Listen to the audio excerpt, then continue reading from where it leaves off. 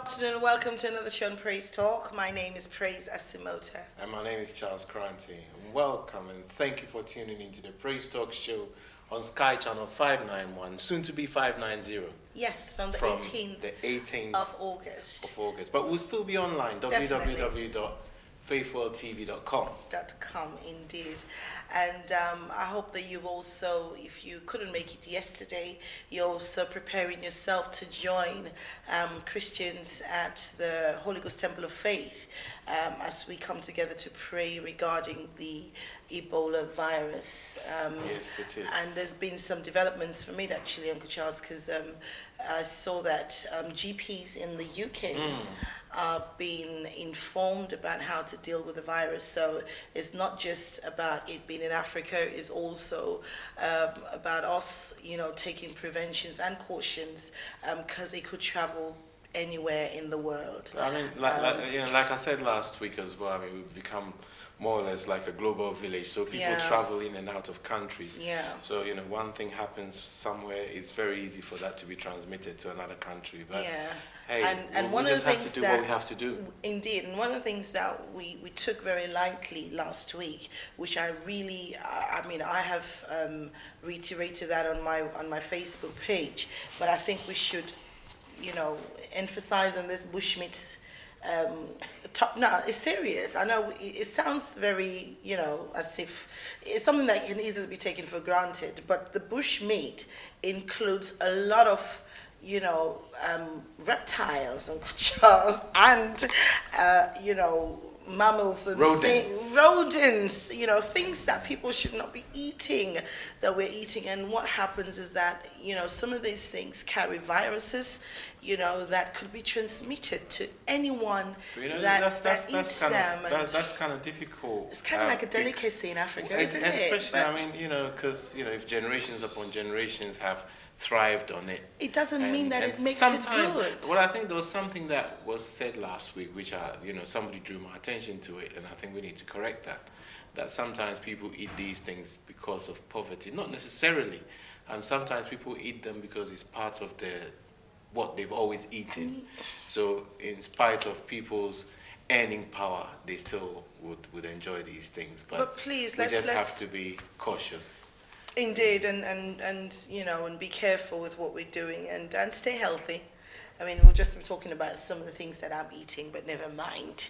We're here to talk about the show, and we have a film producer, film director with us on set that will be featuring his latest movie, but also we'll be looking at some of the movies that he's been able to produce in the film industry here in the United Kingdom and also in other parts of Africa, which we'll be mentioning. Because if I was to make it known now, it will be so obvious. So don't go away. Stay tuned with us until we bring him your way. Watch his music video by? It's by Patricia King. It's a brand new one from her, so just check out this video. We'll be right back after this.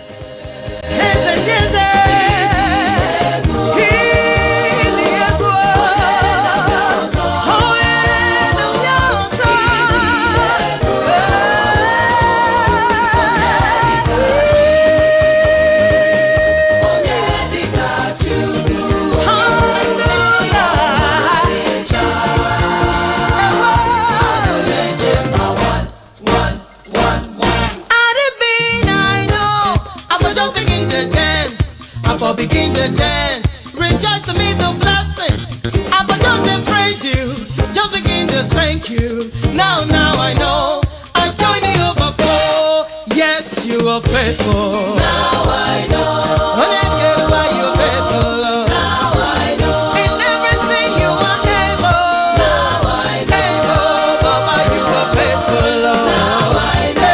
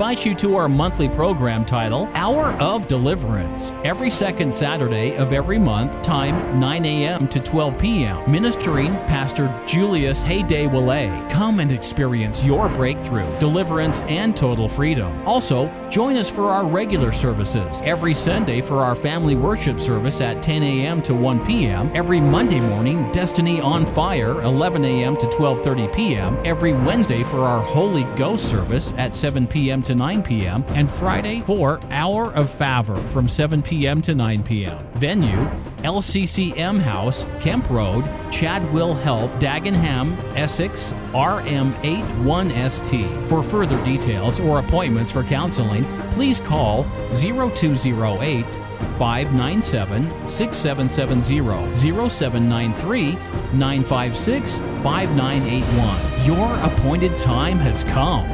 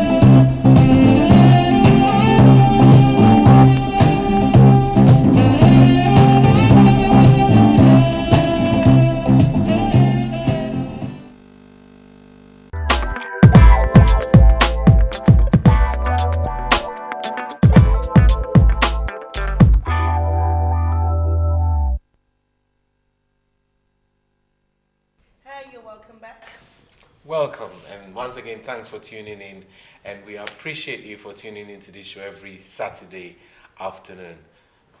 What were you doing this afternoon, earlier on? Earlier on? Yes. I don't know. You know what? Tell me. My memory these days, I do struggle for a memory to actually go back a few days. You need some spirulina. I knew you were going to come up with something. Anyway, we'll leave that. But like she said earlier on, we have a special guest on today's show.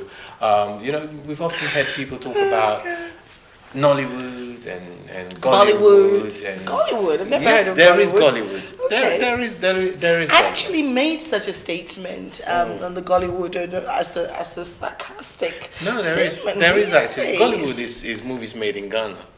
Oh. And Nollywood is Nigeria.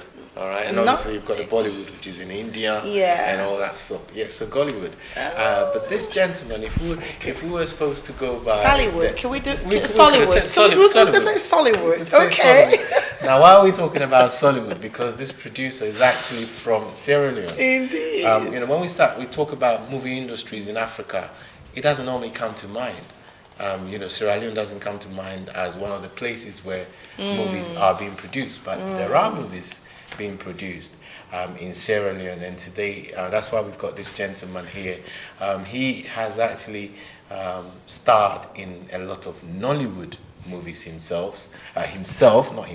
He can't be himself, can he? No. Himself. Except you're thinking about his but then spirit, soul, and body all together is, well, 3 in 1. All right. But he's starred in a few Nollywood movies. And but this time he's actually doing his own stuff. But I think has been doing his own stuff for a little while. His own stuff, and it's well, he will let us know if he's been successful. Exactly. But for him to come here, it means that things have been moving from place to place. And in Christian talk, we say from grace to grace. From grace to grace. Glory to glory. Indeed. And he's also released another movie, which we'll be talking about, which means you must have been making some kind of impact. But please help help us welcome Mr. Collins Arche-Pearce to Praise Talk Show. You are very welcome, sir. Hello, sir. It's a pleasure to have you here. It is a pleasure to be here as well. Indeed. And so for those of us that are meeting you for the first time and saying, okay, so this man is doing some in the film industry, who is Mr. Collins Arche-Pearce? Okay. Well, I am a Sierra Leonean by birth, anyway. Okay. Born in Sierra Leone. I've been here for about 22 and a half years now. Okay. And I'm a film producer, director, actor, stage director, script writer, you name it, promoter, manager. I've got everything under my belt. So when you talk about promoter, manager, are we talking about in the movie industry? In the movie industry, yes. I promote lots of big Nollywood actors and actresses, yes. From Patience Ozokwe, Desmond Elliott, Van Vika, Osita, you name it. You've been quite busy actually on Facebook and on the media, Yes. and on the social media platforms. So how did all of this start? Well, I started off doing stage drama. I mean, you know, back home in Sierra Leone, we are known for, doing all this theatrical stuff, and we're not more into the movie industry. So that's where I started off. And anytime I'm acting, people normally say to me, "Boy, you make a good actor." So coming here in the UK, I started off again, continuing the stage drama realm, and then started going into movie production, gradually getting into it. I went for a few auditions, and I got compliment from most of the judges that you would make a good actor. Okay. So I decided to give it a go, and that's me acting. And then after that, I said, why can't I produce my own film? Why Because, not? you know what I'm saying? Because I've got the managerial skills. I'm a senior manager working for London Underground. I as was just well. about to say, but since we've gone there, I was going to say you haven't always been there, but this is telling me that you've kept both of them parallel. Oh, yes. You know, which is quite good and handy. Go ahead, yeah. Yes. So I said, well, with these managerial skills I've got, I might as well start producing and make a way to like cut the cost of production. Because if you can manage well, you can cut the cost. That's how I started producing my own film. And again, with the talent I've got, doing scripts and all. So that's helped me a lot. So I've featured in lots of Nollywood films here in the UK, and I've done a few as well. I've produced a few films. And not only that, what I'm looking for, I've done auditions as well. I've been I've charged for over 20 auditions now. So. Wow. Because I know what we're looking for as judges. I in fact train some of the judges as well. Okay. You know, so which is good. And I've got a few people I train as well in the industry, how to act, inculcate some of these qualities into them, you know. Well, we'll talk about your movies in a minute, but you know, in your introduction, you mentioned something about the fact that you're using your managerial skills to cut down the cost of movie production. Now, from where we stand, when the name of movies are mentioned, and especially if you relate that to like the big movie houses, you know, big movies, big money. We know big monies make big movies. So you talk about the likes of Titanic and all those things, That's and it's it, like multi-million. So how come you're working in the opposite direction? Because I know for a fact that one of the criticisms of the Nollywood movies or the African-made movies is the fact that sometimes costs are cut and therefore we produce stuff that's mediocre. But you're working opposite to the grain. So how are you doing this? Well, first and foremost, I fund my own film. I save my money and I do my film. I don't rely on EP at all. And the funny thing about Nollywood, well, African movies, let me put it that way, because I just don't want to say Nollywood movies, Sure. because we've got like Sollywood, Gollywood, Bollywood, Hollywoods we've got, yeah. Hollywood, that's Congolese movies. Okay. South African is Sollywood. Yeah, you see, and it's difficult to get funding. Trust me, no one wants to invest in African movies. They want to see the scripts, they want to start counting the money, know how much they're going to invest, and there's a limit to how much they will give to you. And because it's like normally we do low budgets, the budget is not that high, averagely like £10,000, which is peanut compared to, millions they spend doing Hollywood films. So with £10,000, if you want to get one big actor in the movie, that is even not enough to pay, because I charge more than that for Mr. Ibu. I manage him as well. So that is not even enough. So if you're going to pay the actor like 8,000, you've barely like got 2,000 to play with. And by the time you pay the DOP, the director, and there's nothing left. So most of the time we cut corners. But what I try to do, I mean, because I'm very good at managing my finances, I always make sure I budget for region of 35,000 to 50,000 pounds so I can get proper movie. You know, I save my money, as I said earlier on. I'm not relying on any EP, because when they spend money, they call the shots. They tell you what they want. They even can tell you that I want this person to feature in my film, and that person might not be up to your standard, but you have to play ball because he's the one putting the money. He's the one taking the big risk. Paymasters, you have to satisfy the paymasters. Of course. So that's why I do my own thing independently. I got my 100% copyright on all my films because it's my production. No EP is involved. Now, Titanic. What's an EP? Oh, the executive producer. Right, okay. Yes. So you've gone into movie production mode. Yeah. So, yeah. You see, like Titanic now, we all know, I mean, Titanic is a very high budget film. I mean, paying one actor about, what, 20 million? I mean, can you imagine? So that's just for one actor? Yes. I mean. So is the film industry a money-making industry?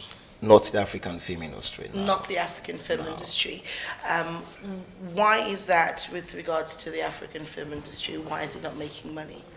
Okay, well, they can only make money if it's a very low budget film, spending like, what, 5,000, and then premiering the film, you might be able to get perhaps 10,000 get takings. Well, I mean, after tax and everything. So that's like not much though, but at least you made some profits.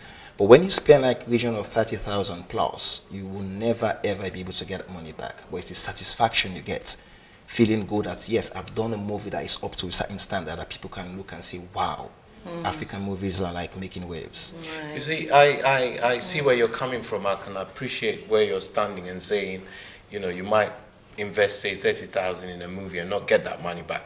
But still you get satisfaction out of it. That's I appreciate that. But then someone might sit somewhere and say, but that's not sustainable. Good. How are you going to keep... Well, that's why I've got my industry- main job. Exactly. That pays me a lot. This is literally like pleasure for me, something I enjoy doing. It's my passion.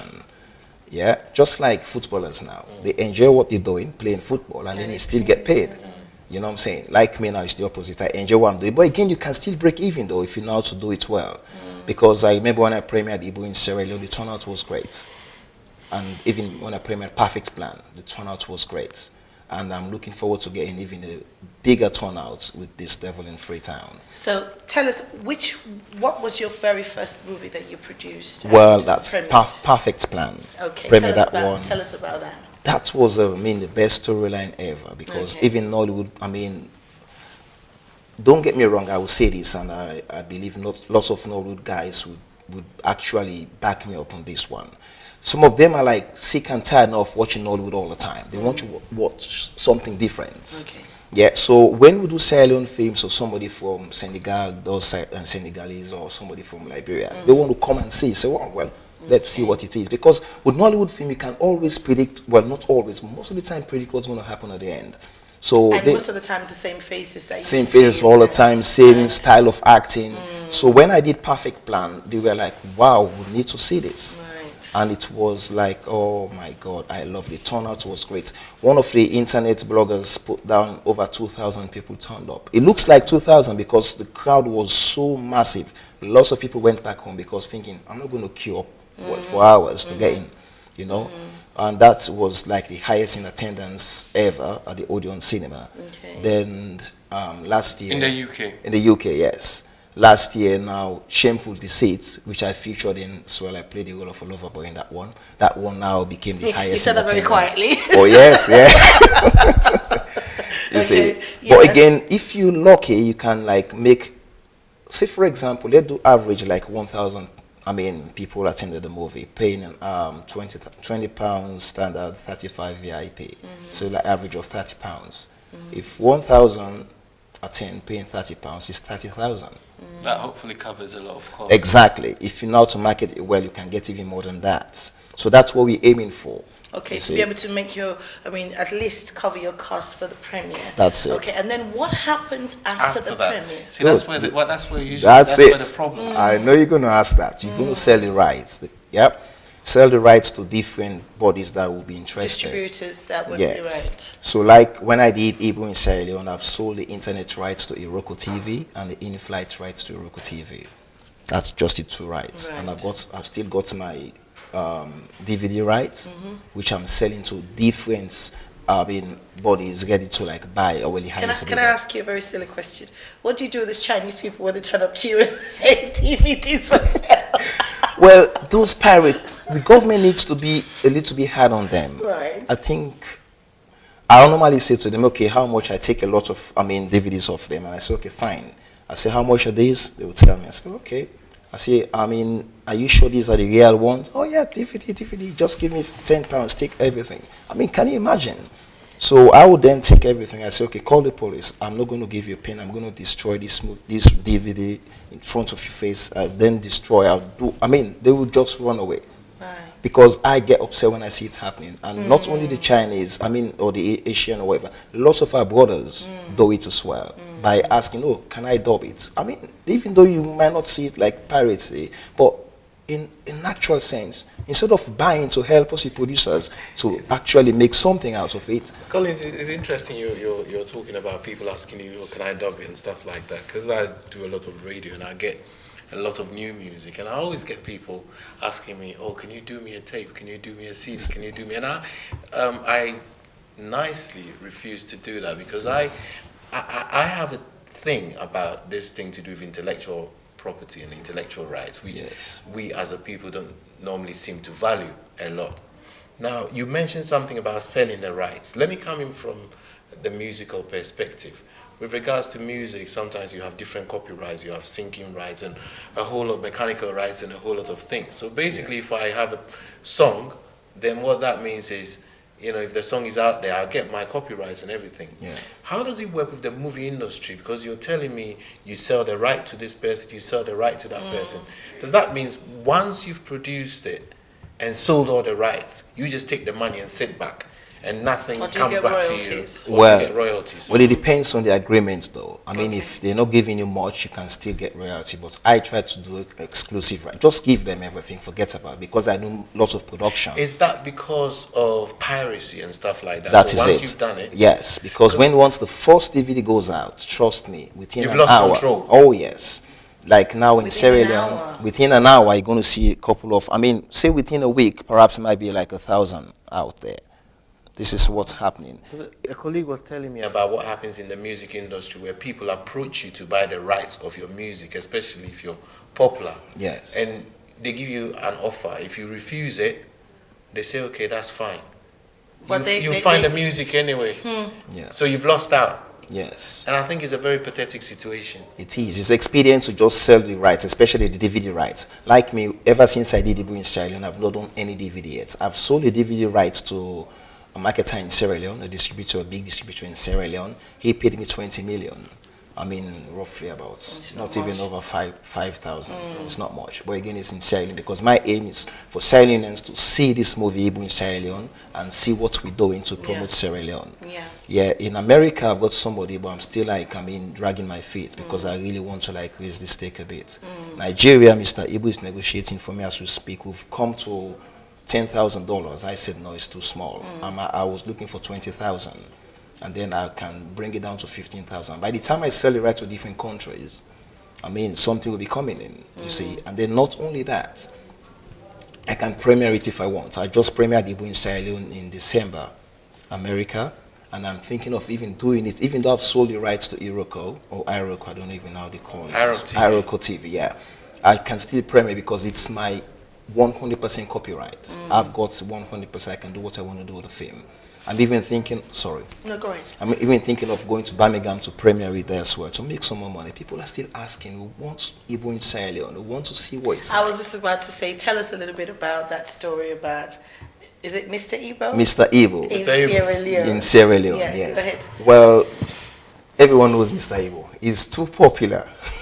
His real name is John Okafor, but he acted a movie called Mr. Igbo ever since, because that movie was like one of the most popular movies he's ever acted. He then got that name, Mr. Igbo. So if somebody says John Okafor, you'll be, who is it? When you say Mr. Ibu, everyone knows him. Okay, so Yeah.